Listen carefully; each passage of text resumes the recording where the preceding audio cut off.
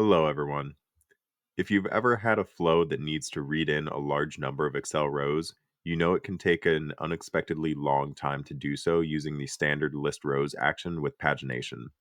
Maybe you considered using some faster Microsoft Graph API calls, but found you do not want to use premium actions in your use case. Well, today I have a way to read rows from Excel more than 5 times faster using only standard connectors.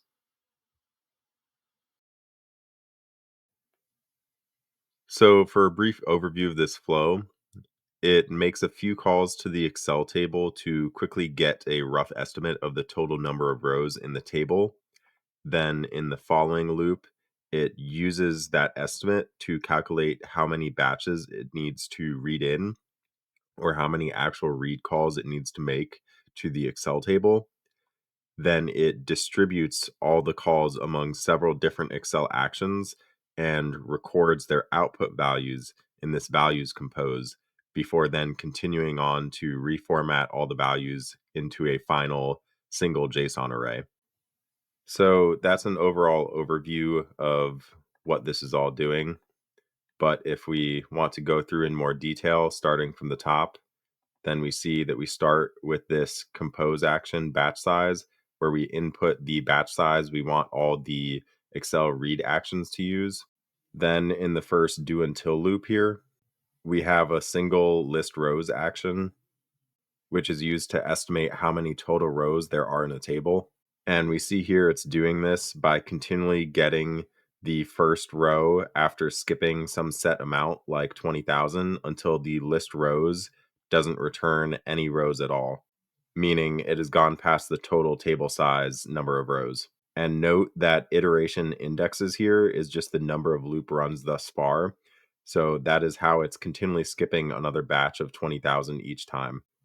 So that's the setup for getting the rough estimate of the total number of rows, but how might we actually use and reference that later on?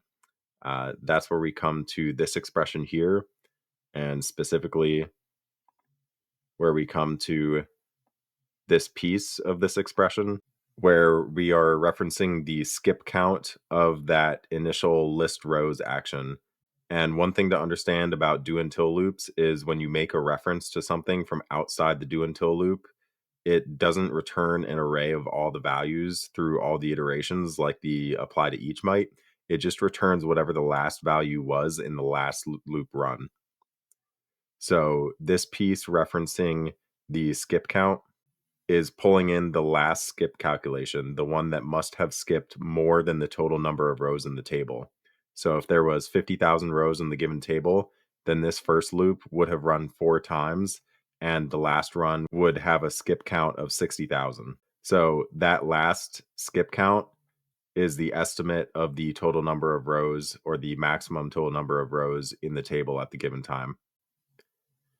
Then in the rest of the expression, we divide that by the provided batch size to get the total number of batches that must be read in for the entire table and use that to create an array going from 0 to the total number of batches, looking something like this.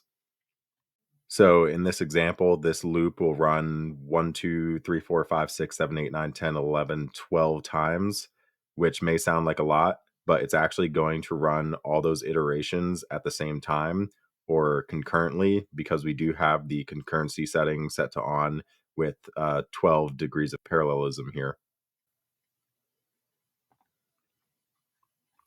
Now, if you've used Excel actions often, you may be wondering when 12 concurrent reads start to run into the Excel connector rate limits and start causing errors and timeouts. Well, yes, the Excel list rows starts to throttle you if you make more than 5 or 6 calls in quick succession on the same connection. And that's why instead we've set something up in this switch action which alternates between 3 different list rows actions, each with their own different Excel connection. If you see the ID here, 7CBE, this one is set to a different connection. This one is set to C77B5. And so this is really key. When setting this up, you must use different connections on all 4 of the list rows, on this list rows, and on these 3 down here, So that may mean going to the three dots in each of these actions and then scrolling down to the bottom here to find new connection reference and selecting that and going through the process to create a new connection. Now, the way it alternates between each switch branch is it references what the current item is for the loop, which is again from the batch count array, looking similar to this, where it's just a count from 0 to the total number of batches. And it uses that count of the current loop iteration with the mod expression to divide the count by a set number and return the remainder. So if the current loop iteration count is 0, then dividing by 3 will give a remainder of 0 and go to this list rows. If it's 1, it'll give a remainder of 1 and go to this list rows. 2, it'll go to this list rows. And if it comes back to 3, then it'll divide by 3, get a remainder of 0 and go back to this list rows, and so on. So that ensures the loop runs are equally divided among the different Excel actions and connections to avoid the rate limits. And if we look into the details of one of these list rows, we can see how it's keeping track of the next batch to read. It is multiplying the batch size by the current loop run count to calculate how many rows it can skip because previous loop runs already got them. And then it's also set to take only the next batch size worth of values and rows to read in. So once the switch has gone through and run one of those three calls, then it collects the values from whichever action actually ran into this values compose action down here. Then we can see outside the loop here, we have this select action immediately following the loop. And this actually references that values compose. And since it's referencing that values compose outside the apply to each, it's going to return an array of the values arrays from each of the loop runs. And by using a select, we can again individually act on each values array from each run and set each values array batch to be joined to a single string with each row record delimited by these special characters.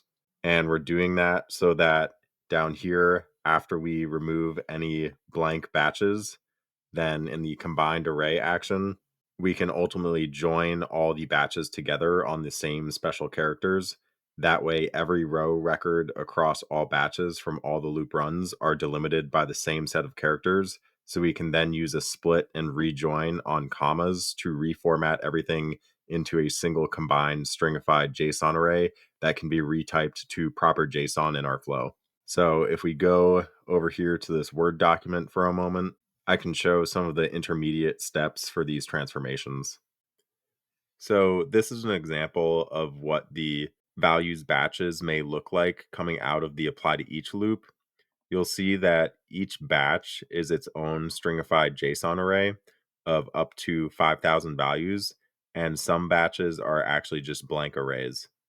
So then the expression in the select mapping changes all the comma delimiters within each batch to a set of special characters that shouldn't show up anywhere in the actual data.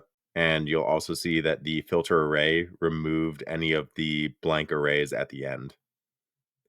But also note that each batch is still its own separate item within this wider array here. So that's where the last set of expressions comes in on the last combined array action. The first join joins all the batch items into a single string, replacing any outer comma delimiters with the same set of special characters so that all items are now separated by the same set of characters within and between batches. That sets things up to then be split on the set of special characters and rejoined with the standard comma delimiters. And once we concat and add back in the two square brackets around this single string, then everything is set in one stringified JSON array that the JSON expression can then retype into a proper JSON array. So this all ultimately returns the same single JSON array of all relevant table records, just like an individual list rows action would. So now that we've gone through more of the flow in detail, I think I can set things up here for a better side by side comparison. So I'll go up here and add a parallel branch, and I'll set up a standard list rows present in table action, set this to target the same Excel workbook that the other actions are targeting.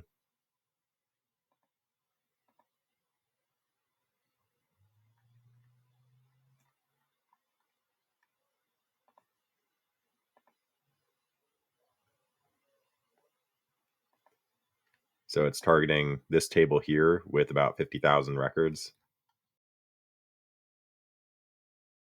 So that's the table we'll be reading from. And then I'll go into settings here, turn on pagination, set it for 100,000. And then I'll also make sure that this is set to use a new connection. And once that's all set, we can go over here, select save and test, continue, and then run flow.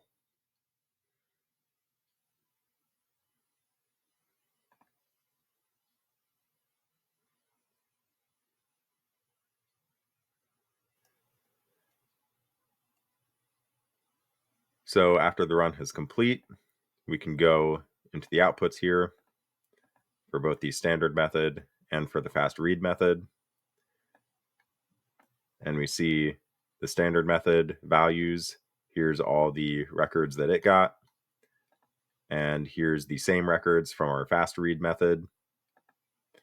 Only we see our fast read method completed in less than 45 seconds, whereas the standard method took 5 minutes. So we found a more than 5 times faster way to read an Excel table, all without using any premium connectors. So that was today's Fast Excel Reads flow. If you want to get the template used in the video, please visit the download page linked in the description. Also, if any of my content has helped you, please consider subscribing to the channel. Thanks.